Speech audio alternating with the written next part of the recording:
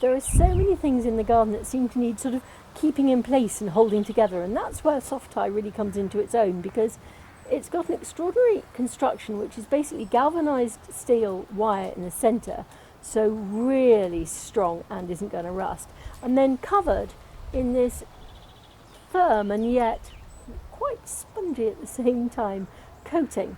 There are two sizes. You can get the original and you can get slim, depending on the job you want to do, and again, two different colours. So a greeny one, which is a great sort of green because it actually blends in the garden, or brownish, which is perfect if you're doing something involving woody coloured stems and you don't want the tie to get in the way visually. So if, say, you wanted to tie in your tomatoes, cut yourself a length of soft tie, loop it round, and in no time at all you've got a really strong, sturdy support.